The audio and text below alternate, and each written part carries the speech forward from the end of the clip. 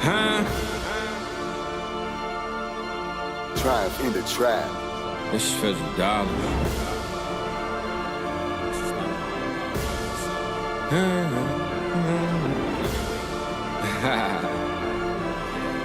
Do you believe in miracles? Ay, I play chess, but only in 4D. I'm by myself, but they think I'm 4D. When they see me online, they think they know me. Go ahead, like and subscribe, you gotta show me. I applied pressure and they tried to reject it. Clearly ain't see I was a diamond, so they didn't accept it. Told me I was a failure, so I said F it. Might even start my own school and teach them a lesson. Yeah, I'ma call it self-harming. Fly down south and get the south poppin'. One day I'ma give you a walkthrough and introduce you to this warp tool. I know you lost, that's just dynasty talk. Cause you can't start no franchise without no dynasty chart. I took a break from the game, they throw my dynasty stop. Till I came back like Wembanyama, I feel like Coach Pop. I can't say that I'm the GOAT, cause you ain't gonna agree. But if I own my own farm, I can make the GOAT. Me, the ladies love the beard and they used to love the goatee. That's when I was a lamb, burning music on CDs. I wasn't born in 88, December 87, that was 16 days away. Might fly to Dallas, why not? I just got paid today. When I land this dirt statue, I came to fade away.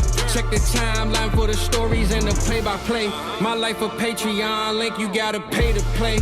I work 16 hours, boy, that's an 8 and 8. X Factor like Dez Bryant, my boy 88. Why dream light when you living like a heavyweight? This ain't a 1 week thing, we grind like every day. They know my destination, Devi, like I hang with Ray. If they ain't know my name, I bet they know my name today. Treat this mic like an ATM, let's make a trade today. Drop this on Fizzle Friday, cause that's my favorite day. And I'm gonna do it my way, cause that's my favorite way. They tried to put me on the shelf like I'm layaway. Told me it ain't no way, so I made a way. Huh? Welcome to South Harmon, I'm glad you here today. Welcome to South Harmon, I'm glad you here today. Welcome to South Harmon, I'm glad you here today.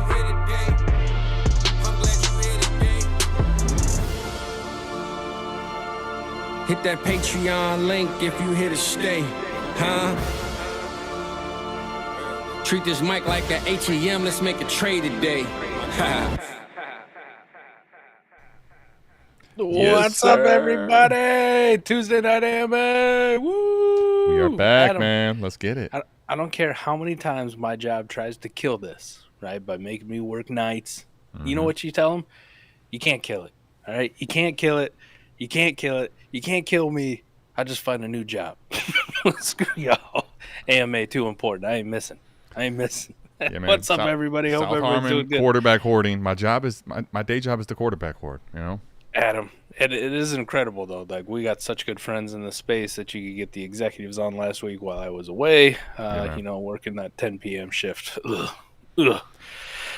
We thought about a late night AMA, but I didn't think many people were going to be up at 11:30 East Coast time on a Tuesday night. I didn't think that was going to happen. Certainly did not. But I tell you what, man. We got a tough act to follow. I know we'll make it, but that was a fun time having those guys on, man. I mean, those are our guys, Cody and Maddie, but they were a blast, dude. Do you want me to take my shirt off and I go sit in my sauna? I think, Mike, what we have to do, especially given the Nate list drop in so briefly but so awesome, Mike, we're gonna have to have you drinking. We may have to have the bathroom floor situation. We're gonna need to up the ante a little bit. You know. All right, here we go. We got the Do You Believe in Miracles on. Listen, so the only one that's going to get punished is Eric, us recording America's game after this AMA. America's game, it may be quick this week, but it will be awesome. Let's get it. Fizzle's here. Yeah, Mike, you missed an epic show with executives. True. It really was. Maddie Gomes, I'll get to your question. Maddie Gomes is in the building. Dynasty Alex is here. We got Dynasty Barry, our boy DB's here. Dynasty Jax, let's go. Yeah. Koopa's here. We got it all, man. We got it all. Patty Mills. So let's get the questions. We got two on the screen. Before we do that, though, Mike, let's talk about some stuff. Let me preface this, okay? Yeah. Content-wise, make sure Friday night, if you love the executives last week, we made a league, South Harmon v. the executives, 16 team, 1 QB league. The South Harmon squad has been full for about a week. All right, because y'all show out. Maddie and Cody still trying to find out one more spot to fill. Maybe they got somebody. 8 no teams, pressure. South Harmon. I know it's fucking intimidating. I think we can get 8. We can get 8 quarterback hoarders in a league in that quick. We will be doing the draft live. We will be doing the draft live, 8:30 Eastern on Friday. I understand. First game's on Thursday. We're just gonna throw out week 1. We go from there. But live Friday at 8:30 Eastern, South Harmon versus the executives. Winner of that league getting a custom championship belt. Oh yeah, and but the stakes are even higher because the Adam loser, and I, Maddie and Cody, the losing team, right? If the winner comes from South Harmon or if the winner comes from the executives, you get a ship or you get a chip. Has to do the 1 chip challenge on air, recorded, right? It may not be live, but it definitely will be recorded at the expo at the shit house next year. I can promise you, even if it's me, I'm gonna make these guys record, get it all set up. I really, Mike, you know how people, oh, Adam, all he can do a rebuild. Well, this isn't a dynasty league, and the fact that this 1 chip's on the line, it can't happen, Mike. It's time to fucking win. Not just because it's Cody and Maddie and I love them, but we got to take them down. But I'm gonna be a mess with that 1 chip challenge. But it's gonna be sweaty. It's gonna be a disaster. All right. So let's talk about it, man. We already had the question that popped in. Mm-hmm. Travis Kelce. It's part of the thumbnail, so it makes sense. NFL season's coming up. Listen, yeah. I'm just excited the fucking NFL season's here. We're 2 days away. We all needed it, buddy, right? I need it. Injected in my veins. College was amazing, right? The first week of college was fucking awesome, right? Colorado. Dion and Shador just shutting everybody up. Hey, did you see? I tweet. So Matt and real quick, that's not the side. Completely derail this, but Matt and Felix are like, hey man, will you hop on and do a mock draft with us C2C? All right, so I'm already like, okay, I'm gonna be at a disadvantage, but you already know I can do this. Like, shit, say less. Yeah.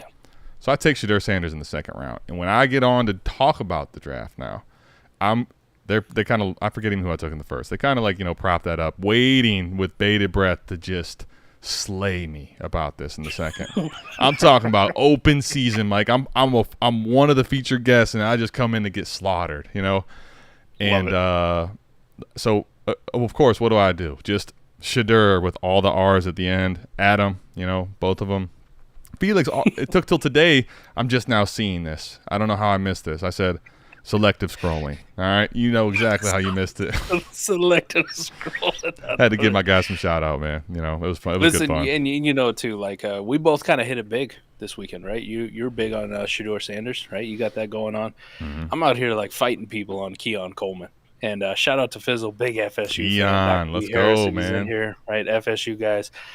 I love Keon Coleman to death, and talk about a debut at FSU, right? 9 for 122 and 3 tutties, and just mossing motherfuckers. And not only mossing people, but you see that first touchdown in the open field. Adam, right after he scored that 2nd touchdown, he went up and mossed that cornerback. I was like, I went right on the Florida State website. I'm like, can I get an NIL, like official Keon Coleman jersey? And the answer is, yes, you can. And the answer is, that sumbitch will be here Saturday. So let's go. Let's go, right. Keon Coleman, man. Let's go. We're putting NFL, that jersey though. on. All right, let's get to the NFL, though. This is bigger. NFL. This is big news, especially on the wake of the season, right? Nobody expects – what's funny about this, I think, before we talk about the specific player, nobody expects 2 days before game to have an injury like a hyperextended knee, right? Like, what kind of bad luck is that? But I do think it's like some Teddy Bridgewater shit, ain't it?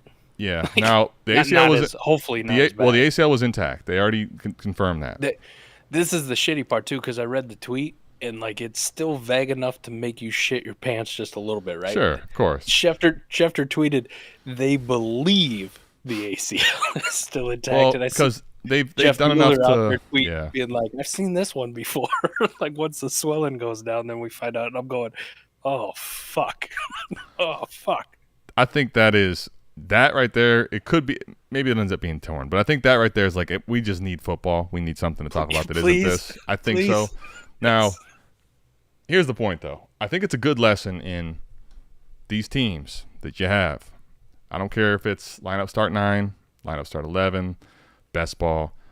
Everybody has a plan until they get punched in the mouth on the Dynasty Trade Show by ATM, right? And what happens is when you get punched in the mouth, it's not fun. Like, imagine if this was worse, just for a second. I don't want to, it's not to put bad omens on Kelce or your teams. It's just understand that we have not played football yet.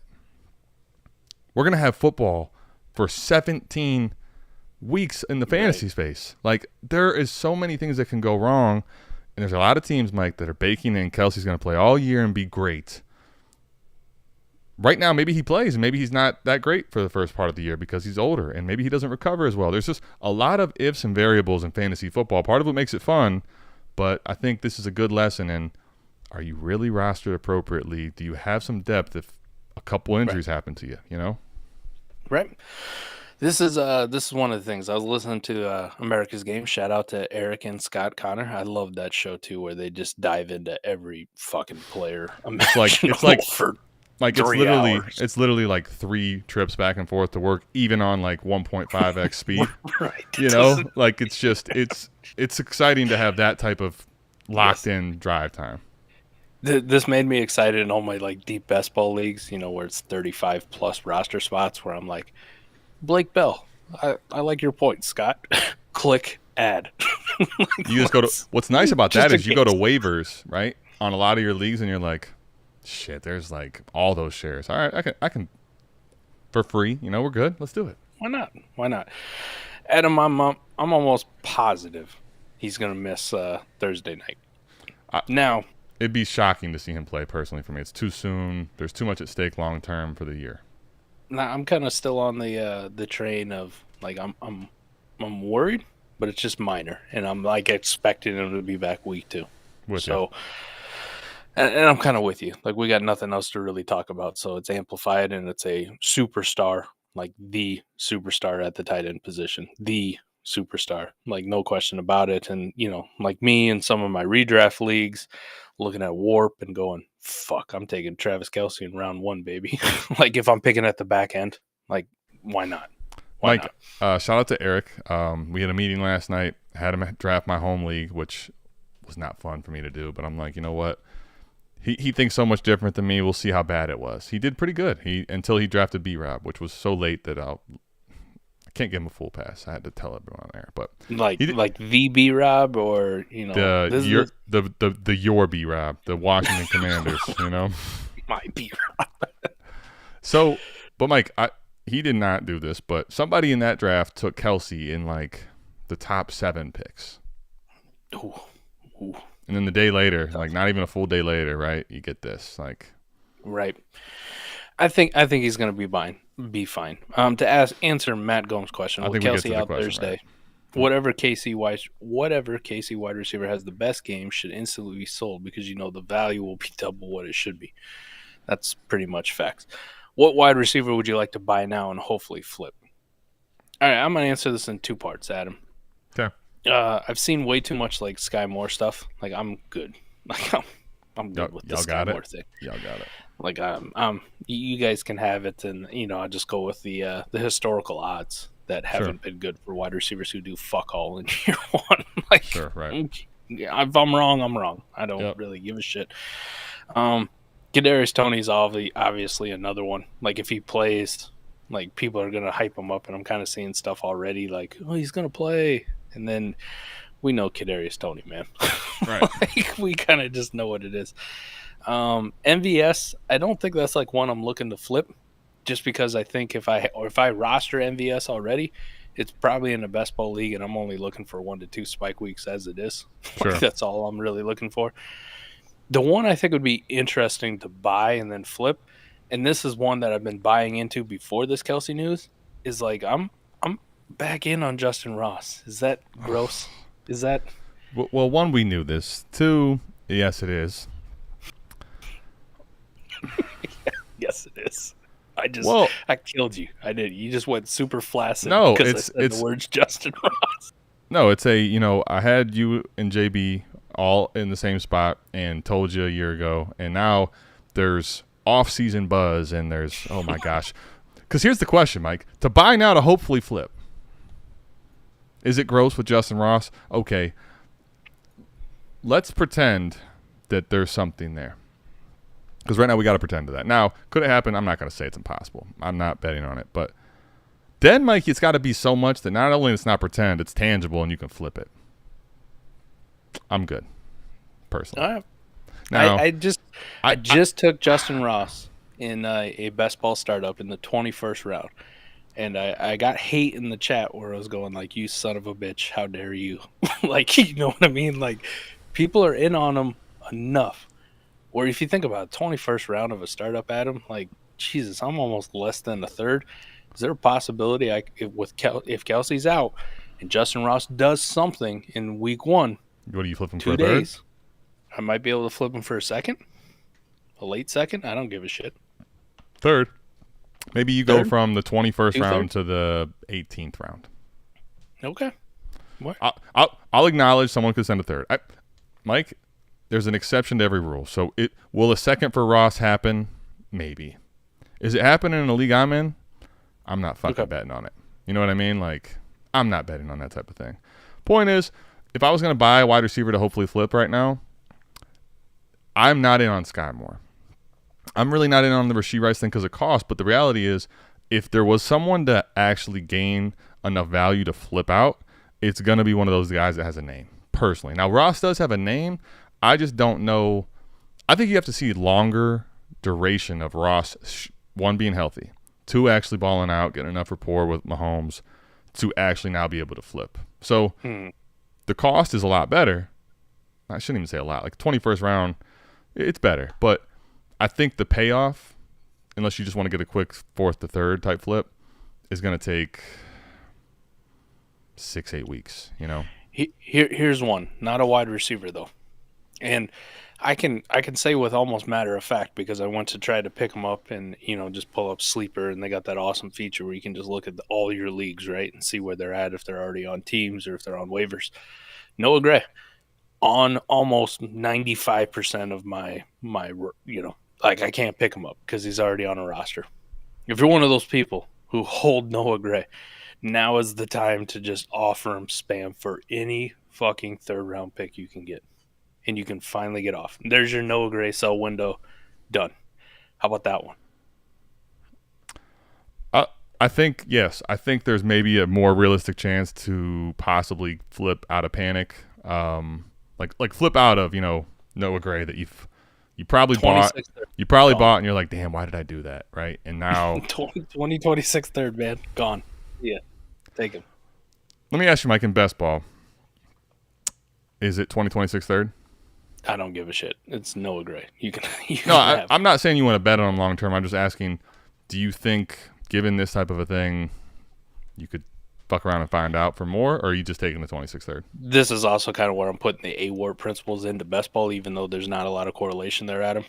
There's so many other Noah fucking Grays, right, that aren't worth it, but will give me the same type of production that I could pick up off of waivers, right? Durham Smythe, or that fucking, I don't even know what his first name is, Jeremy, Justin, whatever. The other tight end in Miami that Scott and Eric were talking about on America's Game, like the only other tight end on the fucking roster, guarantee he's probably free everywhere. So if I could get, and what's the difference between him and Noah Gray? Probably fucking nothing.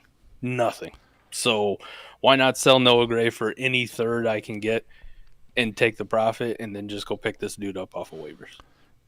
I have no problem with that. I think the one thing you have to remember is with WoRP, the main thing, I don't actually care about holding any type of dynasty value in the tight end position. That's the idea there. Now, the difference in best ball is you have to make sure your number is still correct. So if you're going to start selling Noah Grays and all these guys, you can't just liquidate the whole position and have one shitty tight end in best ball. You'll get destroyed. Koopa's got me. It's Justin Hill. Well, you know what's great is Mike. I was going to get to that. It's funny Koopa had it because Mike, guess what? That I had to tell him on 4D that it's Justin Hill. So anyway, okay, that's neither here nor there. You're the first one. You're the first one to tell him. I'm not. I don't know. No one's keeping receipts on this stuff. You know. Listen, does anybody know where this fucking dude went to college? It's like Colgate or some shit. Yeah, no, it's Well, I was looking at it. Oh man, earlier in the week, I I can't recall now, honestly. No, so I don't. Holy Trinity, Sisters of Christ, Community College. I don't know. Here's the point, though. In best ball, if you're going to liquidate whoever, that's fine. Like liquidate Noah Gray in best ball if you want. I'm not opposed. I'm just saying, one, in best ball, I think you might have more buyers that are like, oh, Noah Gray actually could be part of my lineup versus someone buying him in a lineup league, right? Gotcha. So now, if you have that type of an interest, do I have to take a third all the way out in 2026 is more so my point. It's not that I won't liquidate. Truthfully, I want to liquidate, period. But my question to you is, someone sniffing around for your Noah Gray. Mm. Do you think if that's the case, like I think if someone's sniffing around for Noah Gray, they clearly want him. Because you shouldn't be right now. No. That's ridiculous. We don't even know what happened. Kelce's probably not playing Thursday, but what if he played? Listen, I had to look it up. Campbell University. Campbell. I knew it was something. The Campbells, man. Campbell's. Campbell's. Yeah, Yes. Campbell's, man. Which is weird because if you guys remember when, I think it was actually a 2K used to have that college basketball game, like NCAA college basketball, like 2K4. I don't know. It's been forever since that fucking thing's been out. You used to have to like start at those kind of universities in D1, right, to work your way up in the coaching career. Right? You start out at like fucking Campbell. Camels, yeah. I'm kind of with you, Adam. I just think just with the depth of tight end, like there's so many dudes out there, even in some of these deep ass best balls that we do, and I think it's probably the same. You probably sell somebody on the fucking hope of Noah Gray, and maybe get 2/3 out of them in a best ball, but any third for me is good enough. Like I'm not gonna look a gift horse in the mouth. You take them, have fun. You know, I'm gonna make the Blake Bell bet. Like, could be the same fucking thing if Kelce were to miss significant time, which we don't even really, I really don't think at this time is like a realistic option, but it's still in the back of my mind, which I imagine is probably in the back of mind for a lot of people. For sure. I was gonna say there's another question I thought here. So let me ask you this before we get into the next question then, just quickly. Okay. Mm-hmm. Kelce not playing probably Thursday. Okay. Who you got Thursday night? The to win the game? Detroit Lions or Patrick Mahomes led offense without probably the most important piece to that whole offense besides Patrick Mahomes? I will say it'll be interesting to watch on the fly that offense without that type of an integral piece, right? I'm interested in the game watching that point. That being said, Mike, it's still in KC. Any given Thursday, anything can happen. But hosting a banner, Super Bowl banner, the emotions. I'm taking KC. I think that there's a lot going on, and I know there's no Kelce, but like Patrick Mahomes, until otherwise shown over a period of time, is that dude, and I'm taking KC. Fuck that. I'm going Detroit Lions. Let's go. Upset. Dan Campbell. Knee biters. Let's go. Dan Campbell. Is there a reason? Is there a Jahmyr Gibbs sighting? Is there a what takes place?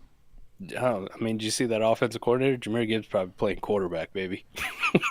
We're gonna run the Wildcat for what I'm gonna really like if we're gonna go back and clip like receipt stuff. I'm gonna love like the draft stream, like gung ho Gibbs fight to the moon. Then it's when we talk Gibbs and dynasty trades, it's he's not gonna matter for a while. Like what? Now he's playing quarterback for Thursday Night Football. Y'all see what I have to deal with? Let's get. We gotta have some differentiation here. Detroit Lions, baby. I don't mind the call. I don't mind the call. Listen, I'm not picking them in my survivor pool. Right? That's gonna be for whoever plays the Cardinals. Vikings, okay, Mike. Let's go. 12 team. I think it's Commanders. 12 team, one quarterback, half PPR. Akers and Flowers or London and Roschon. Half PPR. So I think we have to have a real conversation about this trade. You know where I'm at on Akers. Let's not even talk about the Akers-Roschon thing. I think we need to have a real discussion on a couple things here. One quarterback removes essentially if you just think about the values of this. There's no picks, nothing else like that. So just remove the quarterbacks and you think about how much higher these guys both go. Now, that's going to mean that London is extremely valuable in dynasty value in this format, right? Take all the quarterbacks out, he's going, Yep. Might even go second round in some of these drafts, bro. Now, the real question to me is not that the market isn't different between him and Flowers, but is it worth in a half PPR betting the value of what London and Flowers are? Like, is there a scenario where Zay Flowers gives you 90% of London and cost you significantly less? First, I think the question before I even talk about the trade. Probably. There's a scenario. I don't think it's very likely though, especially with Flowers in his rookie year. And that I'm not even talking about. Let me just rephrase. I'm not even just talking about this 2023 season. Like, I'm talking about what they capture in their next 3-4 years, right? Possibility. I like Zay, but the hard thing that always knocks me like against Zay is I go Rondale Moore. Like I go every 5'8", 5'9" wide receiver outside of Steve Smith in history, and I go, fuck, it's so hard for me to believe. Fair enough. I know because I got this super fucking tight lens, you can't see it, but I got a Zay Flowers fucking signed helmet back here. Like I love Zay. I'm gonna go London and Roschon because I think the gap between London and Flowers in perceived market yes, in actual production is bigger than the gap between Akers and Roschon. Even though I will concede and I will say I'd much rather have Akers than Roschon. So I think I'd much rather have London than Flowers, even in half PPR. I guess that's honestly the thing for me. Now, again, I don't play in one QB, but when I just think about the markets here, the difference between London and Flowers is quite a bit. It's sizable. I think even in this format, Akers and Roschon are different in market, but not to the degree that those two are. So, one, can you flip out, and two, do you believe in London long term? Those are the big things, right? And then, if you were to tell me though, I still think it's light in trade value. But the one thing is, if you were on a contending move, and you're saying London doesn't matter to you, I wouldn't want to do the trade in this way. But I think if you're talking about just what matters to win, I think Akers versus Roschon could be in a half PPR league part of the difference and maybe what helps you win. I'll be honest, I still want London and Roschon because London's value in between Zay doesn't make up the difference other than, like, I'd rather just go buy Akers for something cheaper or, buy another running back somewhere else than pay up a second round pick in a one quarterback league. I'm fucking proud of you. Well, I mean, I'll tell you I love Akers, but I'm not gonna make ridiculous trades. I mean, jeez. Proud of you. It took a lot, man. It took a lot to just pony up and say, I want Akers, but I can't do this trade. All right, damn it. It's that shirt. That's what's doing it for you. The South Harbor QB hoarders. No, I mean, you see how it was off? Like, dude, it's one quarterback. There's no such thing. If you quarterback hoard in one QB, have mercy on your soul. And that one hasn't had another naked man walking around in it, so it's special. I don't know. The way it smelled out of the bag, something was up. All right, Daniel Walker, appreciate the super chat. Birds, that is all. And you guys rock also. Daniel Walker, appreciate you. That's me kind of trying not to gag the whole birds thing, but come on, man. We'll save that for another show, man. We'll save that for another show. The Eagles Army is strong. Strong amounts of South Harmon. This is Campbell University. That's the type of grossness we're talking about. All right, Andrews hurt, Kelce hurt, Kittle hurt. Can Pitts in this scenario, Mike, be tight end one? No. Okay, hold on. I know that was extremely dismissive. See, look at him in the back. Mike went from, I will not take him in drafts, period. There is no point. The next year it's, I'm in. First round startup. Now it's kill everybody at the tight end position. He can't be tight end one. Dead. I love this. I love the stances of McNutty. Now, I'll say this, though. I think, Mike, I wouldn't be quite as dismissive. I think he could be there. I'm not going to project it. I don't think it's the likely range of outcomes. Maybe a 20% chance now.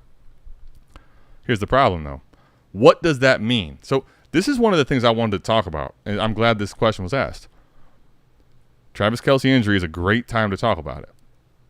So we look at a WoRP chart, right, and we say, all right, well, Andrews and Kelce are worth betting on. Long term, Mike, this is the question. Let's say Pitts is tight end one this year. Let's say whoever it is. All these guys supposedly hurt. What does that actually mean, though, in WoRP? And is it now, in, like, the future, like, we don't really – the difference in WoRP value is actually more negligible given what market is, because there's not some Kelce, there's not some Andrews just tearing up the tight end position. Those are my questions. Could very well be, man. That line could be pretty goddamn flat for a while. Or like the peak just isn't enough steepness, right? And you're just like, why? Yeah, I don't care. I don't want for that market. Nah. It makes tight ends even grosser. And it's back to what Scott Connor said in our Discord, man. Like, just sell them all. Sell them all. Take the liquidity. Like, I'm with him. Like, it very well could be Adam. Adam, let me ask you this, though. Say it's not Andrews. Okay. Say it's not Kelce. Say it's not Kittle. These guys are all hurt, by the way. So we're taking – now it's the whole field that are in the rest of the group, okay? I give you $1,000 to predict the tight end one. What's my payout? Who's the betting favorite? Oh, who's the betting favorite? Hawk. Betting favorite. Well, I mean, I'm not saying that's what I'm going to bet. I'm saying what's the betting favorite? The odds are Hawk's going to be one, correct? Yeah. He'll be one of them. I mean, it's got to be him. Who would you pick then? Like, say it's Hawk, Pitts, Goddard, Waller, Freiermuth. Those are your leaders in the clubhouse. In that order, too, of odds. Just kind of think of how Vegas would do it. All right, so if we're going to play the odds game, I'll tell you what where would your money go? Like, say you start at plus 500. Do I have to put it all in one place, or can I kind of sprinkle? You got to do one. I got to do all one? All one. Given those odds? In that order, too. You know what I might do, Mike? Because you gave me $1,000, so this wasn't my money. I might take the long shot odds of Waller and pray for health. Because that's where... I'm with you. If you tell me it's even odds, I don't want to bet on Waller. I'll bet on someone else. Yeah. But at the longer odds, I'll take Waller because I think what we've seen from Waller, what this offense poses, what Daniel Jones development, Dable there, I know the risk is he doesn't play. But every time he plays, he's still been good. So that's what I'd bet on there. If you told me they're all even, that's going to be very hard. That's going to be very hard, personally. Let me ask you this. The same question. They're all even? If they're all even, but also what would you take the long odds? So you said Waller, correct? I think I'd still take Waller, even if they're all even. Ooh, really? I love Hawkinson, man. I'm an Iowa guy. The only problem is, look at this question. Behind me. Look at this question, though. I mean, you just almost could see the scenario where it's – I know the swing will make sense, but Waller's hurt. Yeah. Waller's hurt, and now it's like you burned the money before you even got to watch. Like that's at even money, that's why I wouldn't do the bet. I get you. I'd probably still do Waller in both scenarios. All right, fair enough. So, okay, holy crap. Is this a Darren Waller show? Sheesh. Might be. We should change the thumbnail. I was going to say, it'd be Travis awesome. Kelce with that mustache and that look was too good. Laporta is the reason. We all know why the pick. Thank you. Mims in a 24-second or Aiyuk, 12-team, start 11, Superflex, PPR, 0.75, tight end premium. Mims in a second or Aiyuk in this format, Mike? I'm assuming lineup. If it's lineup, it's Aiyuk. No question about it. This screams lineup to me, yeah. If it's best ball, Aiyuk. Aiyuk still. Thank you. I'll help you. I will help you. This is not enough. Now, I'll tell you this. We got this ebb and flow of like, I'm with you, D bro, and now I'm against you. Right? Like the Darren Waller of showing up love, and now it's Marvin Mims. Nah, I'm good. The Marvin Mims thing, though, to his defense, it was like at certain cost. Okay. Right.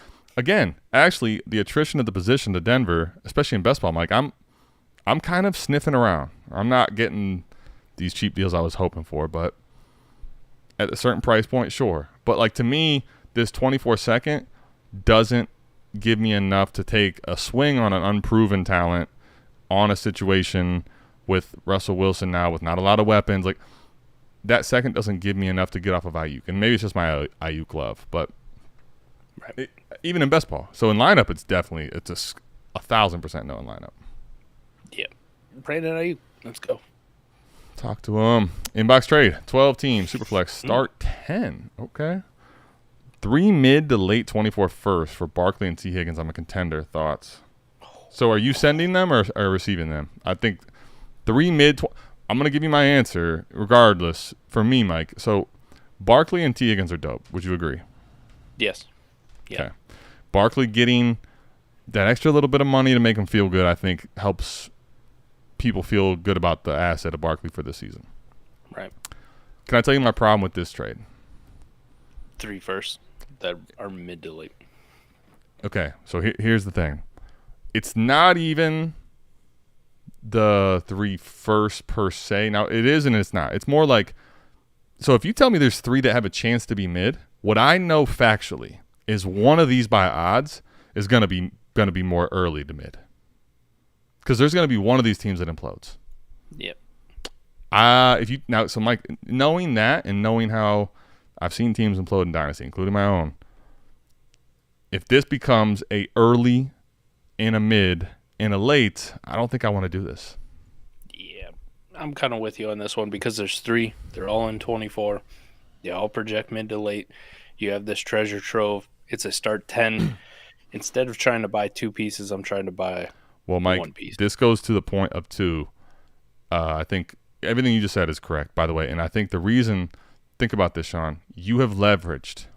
Once again, you have leverage and still have leverage. So what I'm not looking to do is give away that built-up leverage for like probably what is equal market, right? Right.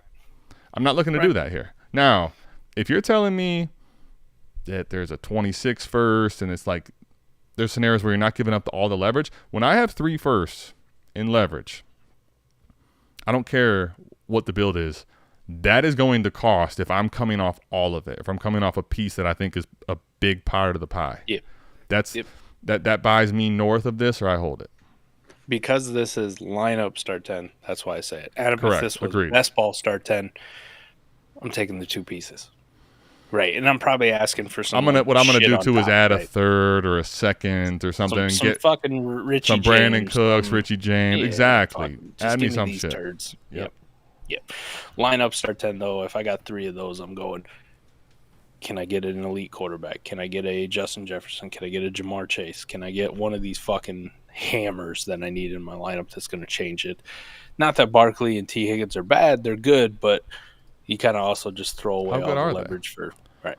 I mean, I like them. I do. But, like, does T. Higgins and Barkley win me a league and lineup? If my team's built really right, maybe. They could be the difference makers. But I'm looking to extract more dynasty value for that type of pick liquidation. All right. 12-team PPR, no tight end premium. Start 11, traded Downs, his 24 first, late 24 second, 25 first. So he's trading both of his own picks for the next couple of years and 25 second for Andrews, Godwin, Kirk. That's a smash, right? I also own the guy's 24 first who's selling to rebuild. Oh, I see. Okay. Go ahead, Mike. I'm not doing this. You get the hammer in like Mark Andrews. But no tight end premium. I'm still okay with that because it's still a positional advantage. You're okay acquiring him, but this is price irrelevant, right? This is not about what we paid. Yeah. So if it's my first and a late second for Andrews, yeah, I still want the Andrews side, even Agreed. in a no tight end premium. Agreed. And late 25 first. I have 2 questions, actually. Mr. B, is this a 1 quarterback league? That changes everything. I don't see it on here. Right. 1 quarterback? If it's a 1 quarterback, yes, I'll do it. If it's a Superflex, it's a little bit more risky. I'm not doing it in Superflex, personally. I think I'm okay, though, with that 25 first for Andrews or for Godwin and Kirk. Here's my problem, though, Mike. If it's Superflex, it's not even that it's bad value. It's that I'm like losing all my flexibility for 1 positional advantage, and I have like my flexibility's kind of gone down the road. Yeah, and I'm helping the shit out of this guy tank though. That's what I mean. You're giving him a lot more like helping leverage built. So my thing is 1 quarterback. This is no discussion, right? Like yes, 1 quarterback. I think even the Superflex though, I'm kind of good with. Okay. Now here's the difference though. You have Mahomes and Burrow. It's still a little iffy to me, but the fact that you have, let's say you've had the right roster construction, I can understand it. Okay, Mike, let me just go back to why I'm saying your question was, is it a smash, by the way? Like, I'm not sitting here saying I have to take this deal. Holy crap. Where's that question? It was Sean, right? No, it was Mr. B. Hold on, here it is. Okay. Because, Mike, like, yeah, I went off Downs, but, like, what is Andrews in non-tight end premium and Superflex? I guess is my question. What does that cost? First and a second? Easily, yeah. Okay. Fine. Let's remove the 24 and the 25, or the 24 and the 24 second. Like, Mike, I'll be honest, in start 11, Superflex, I don't love the idea of giving up my first that far out and second for Godwin and Kirk. Now, I'll admit Kirk has the ability to still be he could end up being the number one for all the haters out there in the Jacksonville offense and be dope. Market doesn't really reflect that, though, and if he's not, I have a hard time buying those two receivers for a 25 first, personally. But my point is it's not a smash, but I'm not saying not to make the trade. I think what makes it a smash for me is the fact that this is also the dude who I already own his 24 first. Right now that point, if I didn't have that context, right, I didn't already own his. That first, point there is nice. I'm with you. Like it's tough for me to get behind like the 25 first because it's start 11, and I'm going, but like Mike, this could blow up in my face pretty easily. But Godwin and Kirk, start 11, you're probably going to start one of them. But like if your team's really good, I don't know that you're going to like have to start these guys for sure. You know, that part really don't matter to me. Like if I got to start them, right? But because I own. I know what you're saying. You own his first. You're going to try to bend him over later. So I get what your play is long term. Yep. But I just don't want to give up my liquidity without knowing like at least it's going to really help my team, you know, other than just a depth piece. But I'm not saying it's a bad trade. It's just I'm not saying it's a smash. It's not a bad trade, by the way. Not a bad trade. Smash for me with all the context you gave. I do think, though, that first – this is the thing. That first to me is still huge. It's great. It's just separate from this deal, other than you did extract more value making his team worse. Fair. Okay, so let's see. What else we got question-wise? Home League Dynasty. Dispersal is nuts. A lot of first-timers, Superflex and Dynasty. Give him hell or let him live. Give him hell. Give him hell. Quarterback horde, man. Take them all. Take every quarterback. Take all the value. No mercy. Here you go, Mike. Deshaun or A-Rich. Dynasty or like redraft, it's still – I think either one's Deshaun. I don't give a shit which one you say, Deshaun. For me. I agree. I'm a Browns fan, but I also love Deshaun Watson, the player. I think is the player. Let me say very clearly for people that not anything about the off-the-field stuff. Let me just say this, though. I think that Deshaun Watson, as much as I like him, the player, the talent, like if this year doesn't go well, there is a lot less value insulation with him. I think people have to at least admit that part. I still want Deshaun today. I think on a contender he means more. But, Mike, if this season doesn't go well, let's say, Mike, he finishes outside the top 12 this year. Ooh. And quarterback 13 even. Mm-hmm.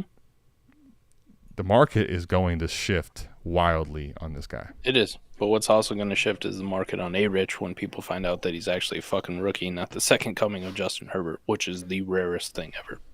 He's not going to be the second coming of Justin Herbert because I don't think the kid's going to be that refined in his first year. Now, correct. If he's – I'm not going to say Justin Fields, but if he's that type of – he's running well, he's scoring fantasy points, maybe not to the degree Fields did last year, even though the games aren't pretty, that's going to help his market.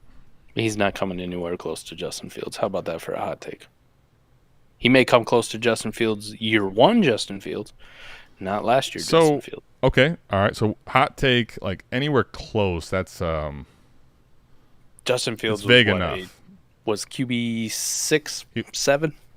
Yeah, like 5 to 7, depending on format. By nowhere close, he's not fucking coming within QB1 territory.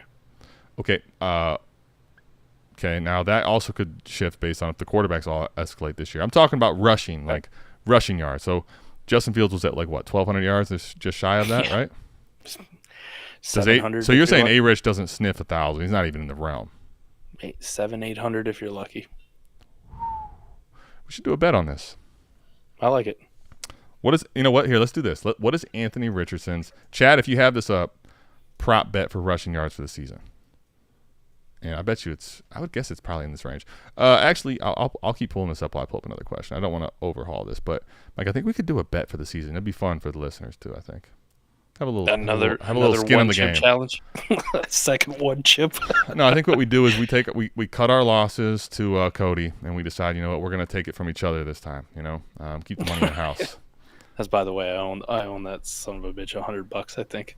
I was gonna say I owe him at least 50. I think the one bet. Yeah, that's all right. Cody, Damn. I don't ever. I always pay my bets, so make sure you hit me up. We got a lot of questions to each other in chat. What about questions to us?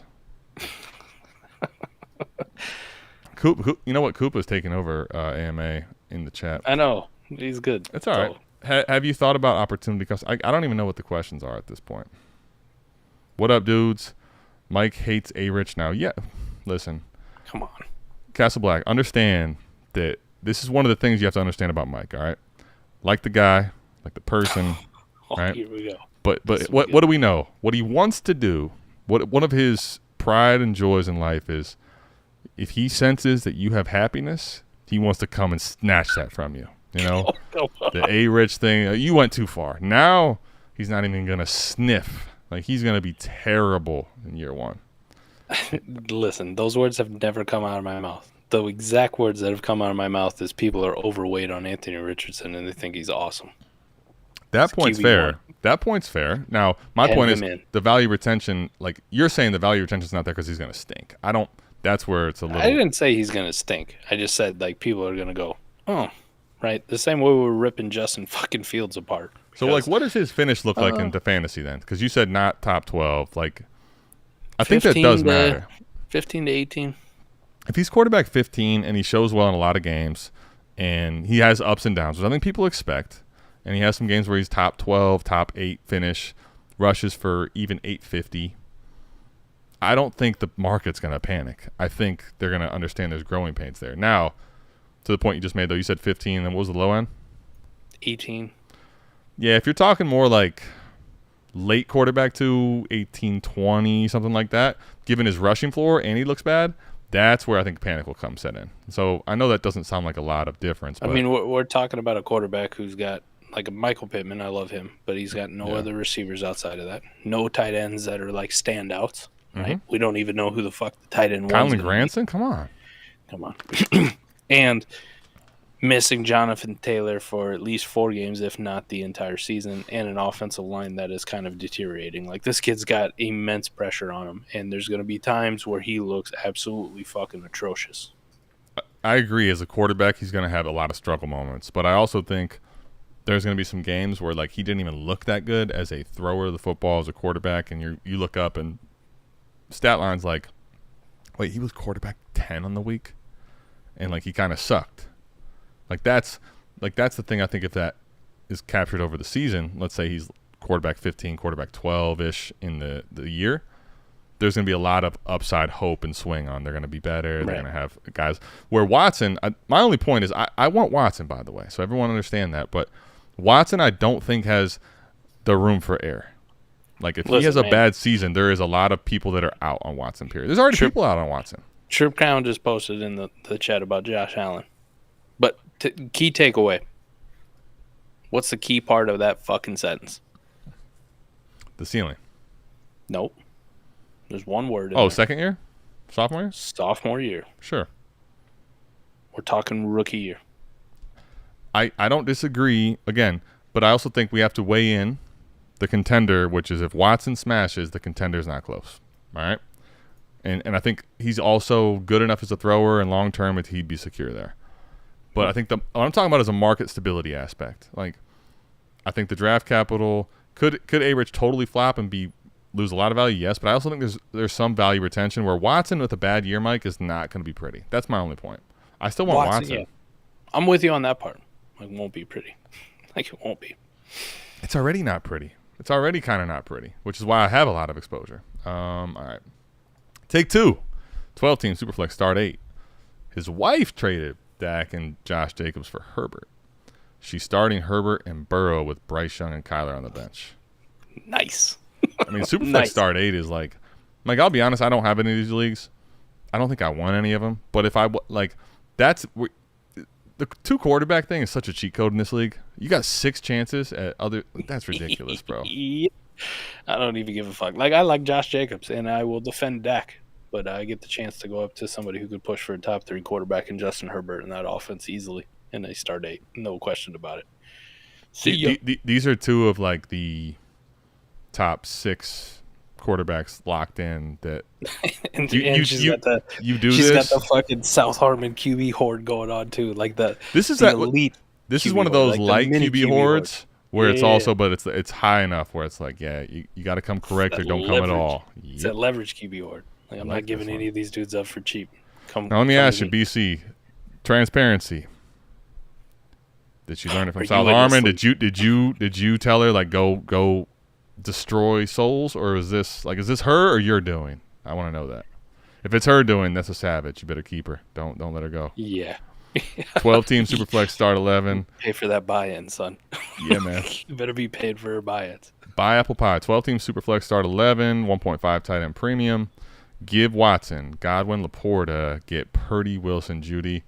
I mean, buy apple pie. I don't know if you've been to the show or not, but you know where Mike's going to be on this just because of. Fuck. No. I'm assuming this is Garrett Wilson. It has to be. Now, right? It has to be, correct? I don't give a fuck what Wilson it is. I'm be just Woodrow Wilson. Okay, but my point is you're going Shout from out to former president. Like, here's the thing, 12-team Superflex, okay? To go from Watson to Purdy, let's try our best. Let me ask you a question here, just for the sake of the show, okay? Quarterback 19 in Dynasty. Just remove the name. I want you to just try this process, and we can still bury the side, okay? Just stick with me. The problem is Watson to quarterback 19. Even if this was a draft capital secure asset, all these things, that's a hell of a tear down at a start 11 Superflex, right? Mm-hmm. Okay, Godwin to Wilson's legit, but I'm not doing that at the cost of a quarterback to go to that range, which now is not proven. And then Judy's hurt, so I want Judy well ahead of Laporta, but none of this says to me, remove the name of Brock Purdy, that I'm going to let go of my Deshaun Watson in this format at all. I'm not doing it. I'm not. Market, and other people may tell you otherwise. Oh, I get to do it. To do it. What? Pass. Pass. It's not the way I want to construct my team. I would love to have a Garrett Wilson on my team. Would love to have a Garrett Wilson on my team. I don't want to go to mid to like questionable quarterback territory in the process of garnering Garrett Wilson from Godwin. I just don't want to do that. So, yep. No, thank you. Strategy question. What's the best way to go about trying to flip roster clogger guys I'm going to have to drop and get something for them? I'm 2 players over the limit after the Andrews Godwin Kirk trade. I think sometimes you have to go ahead. I mean, some of these dudes, if you're looking at it and you go like, I'm going to have to cut these guys. I will take anything. Fab. A 4th. I was going to say that this is one of those where the strategy question, of course, exhaust all options. If you have the time and the energy and you can exhaust it. If you are out, though, like let's say you're out of options, you are going to press and you have to put it in. Like, I got to drop these guys. Before you do it, go send out trade offers. Fab money. Right? Fab money for guys you don't care. It doesn't even have to be the guys specifically you drop, but guys in that tier that are in consideration for drop. So let's say you're going to drop these 2, but let's say you're having a hard time deciding between 5, 6 guys. Those guys all go out and spam offers for fab at the absolute worst case scenario, and if no one takes it or no one counters back with other fab, you cut them. You did everything you could. But that I think is missed to be the strategy question, regardless of lineup or best ball, that at least I'm trying to get something for what I'm going to literally put on my lawn next morning. Buddy, even if it's $1 fab, right? My point is, if I'm cutting that, you're going to put it on your lawn in the morning. Anyone can come pick it up. At least try to get something, right? That's what I'm saying. The other strategy I do too is like sometimes I look at guys and they're all in the same bucket of shit at them. You know what I mean? Like exactly what you're saying. Like I got 2 guys in mind, but there could be 6. I'm looking at the ones, and sometimes I'll cut the ones that I think I could probably get back at any given time. You know what I mean? Like now, if you're talking about if you have to cut, yes, right? Like maybe somebody's going to pick this dude up, but I also see a very fucking realistic scenario. Nobody wants him because nobody can afford to roster him. And, in 3 weeks, if he does something I like, I might be able to pick this dude back up. And generally that's with like tight ends, like backup tight ends, like those kind of guys where I'm like, fuck it. This dude I could probably get back if I wanted any given time. I will say that too, Mr. B. If there's questions on who to drop, if you have your little, your little love fest with a tight end, and it's a lineup league, that motherfucker's got to go. Dudes. That motherfucker's got to go. All right. Kyle Granson. Bye-bye. Hunter Long, all of them. Right. Elijah Higgins. Give him the little, the elegant wave. Real. Sorry, buddy. Bryce Ford Wheaton, who's not really a tight end, but I thought he might be a tight end. Like, those are the dudes. Go immediately. All right, so question from Marcus. Would you consider Rashid? Oh, Mike. Mike's going to hate this one. A roster clogger. Or given Michael Thomas' lengthy injury history, is he worth a potential wide receiver 2-3 stash? Lineup start 11 or less. Roster clogger. I will sell him for whatever the fuck I can get out of him. Best ball? Want to keep him. Lineup start 12, 13, 14, something like that. Keep him on your roster. I would say this.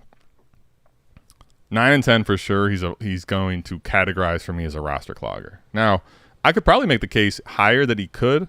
The only difference is here, and this is a question for you actually, Marcus. So the idea that you're talking about is still, like, I acknowledge it, and that's part of why I'm not going to, like, write Shaheed off.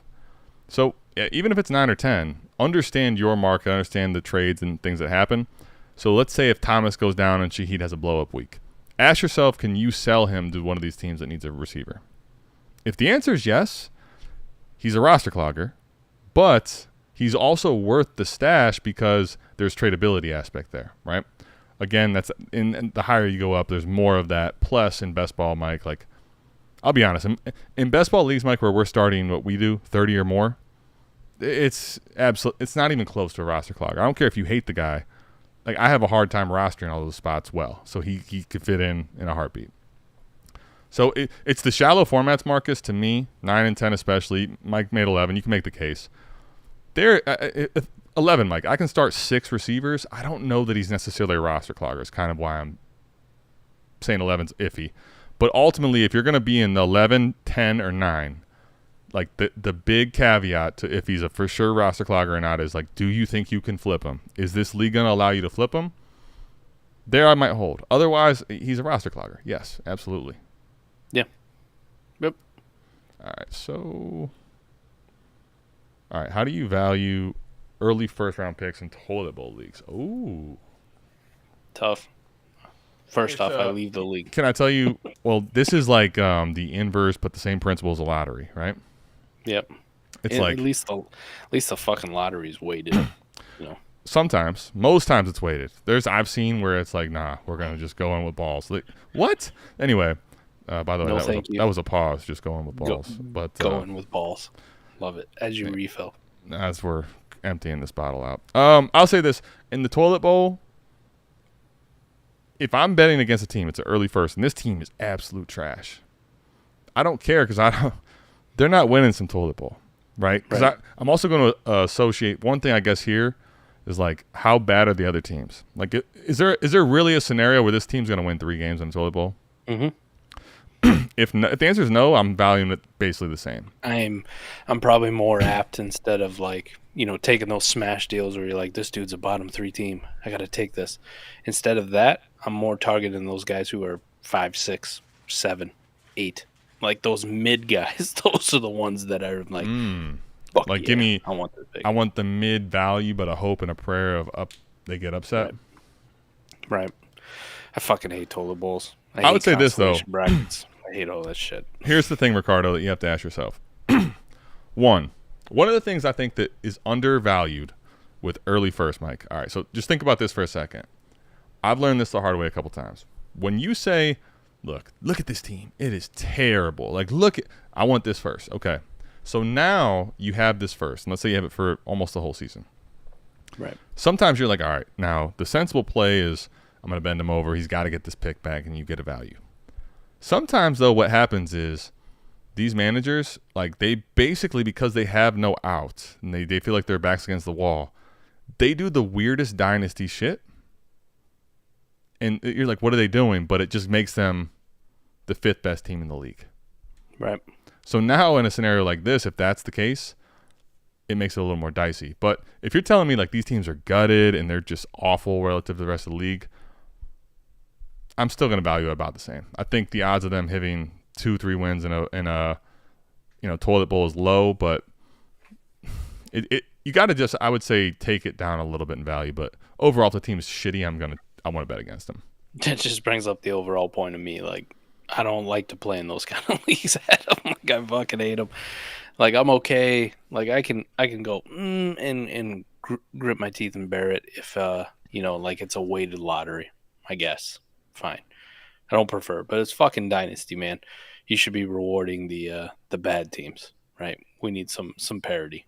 Like, you want to fix your fucking squad, be terrible, be terrible. So it's probably the best thing. But but I mean, they're not going to be terrible if you got their pick. They're like thinking they're going to win, right? Listen, on the converse side, though, if I was playing in one of those leagues, there's really no reason for me to ever fucking rebuild, right? If it's a lineup league, I'm just playing the. The only caveat would be now you can get away with being a little more liberal with your first, but no, I'm saying I would actually hold on to my first, but I'm also just kind of like those seconds, like that kind of shit. Like going after those old players all the time and just trying to get the value and trying to win every year. Because even if I fail at them and I miss it, like I probably got a great toilet bowl squad. I might fucking walk into a Caleb Williams at some point, and now you guys can all kiss my ass, right? Like I'm just gonna try to compete every year because even if I fall flat, like I win the fucking toilet bowl, you guys kiss my ass. I'm the 101. Yeah, I get it. It's like all those deals that we come up where you're like, man, you're putting so much investment in Keenan Allen and Michael Thomas and all these old crusty fucking dudes. Like, you could fall flat on your ass. I don't give a shit. Yeah, but like, well, the problem is though, okay, you win the toilet bowl. Now you get a great asset, but like you still have cleanup on aisle 5, right? Like, right. Like now Caleb can't save you. That's my only problem with it. I get what you're saying though. All right, we got to do America's game. This is going to be a trifecta. Let's get one more question. One last question, man. And it's a Juwan Johnson question.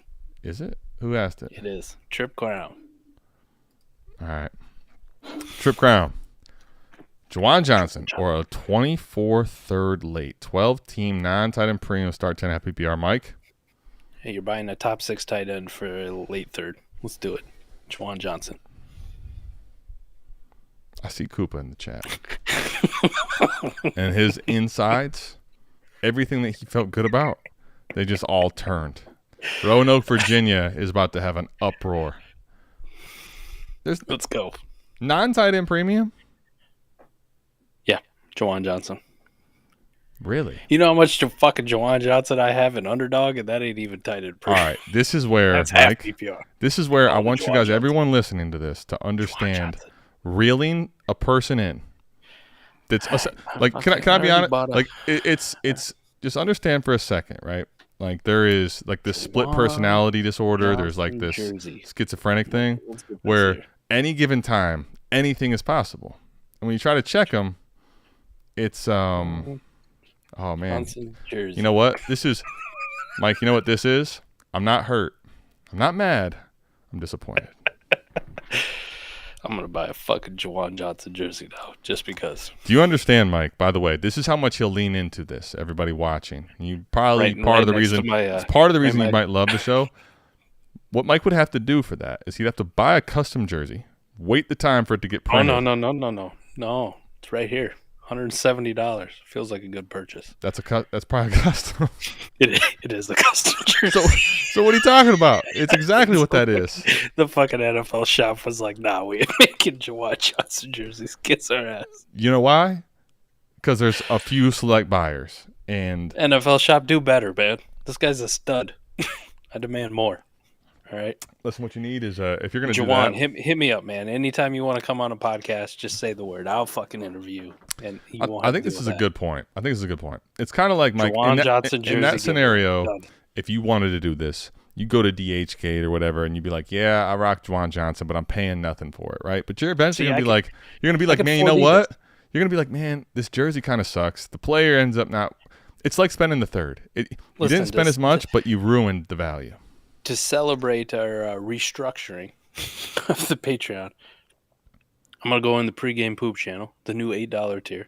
I'm going to make a Juwan Johnson jersey giveaway, but I'm going to order it already in 3XL, right? So even if somebody doesn't claim the fucking thing, I get it, right? Perfect for me. It's a win-win scenario. Juwan Johnson. Y'all hear that? It has been long I'm with overdue. you, Koopa, but Juwan Johnson, he's no, he's not. No, third. you Fuck cannot. that No, see, you cannot have your cake and eat it too. All right. I have the cake and I eat it too. Look at me. I eat cake, motherfucker. Right. You don't have the cake though. You just ate it. All right. It's gone. I get another cake. No, the third is gone. Here's the thing, everybody. You're as big as We me. appreciate you Cake tapping in. cake We is appreciate. infinite. Here's what we know. Mike is now leaning into the fact of I made a bad decision, but I'm not gonna correct it. I hope you guys are doing better because if you do have a Travis Kelce injury and you fuck up, don't do this. Don't send a third for Juwan Go Johnson. get Juwan Johnson for a late third. And this is exactly why I say it's dangerous, everybody listening, to actionably tell everyone just sell tight ends because you'll sell Cole Kmet for a fourth, but hey, I'm going to buy Juwan Johnson for a third. We're out of this fucking thing. The South Harmon AMA, we love y'all. Peace.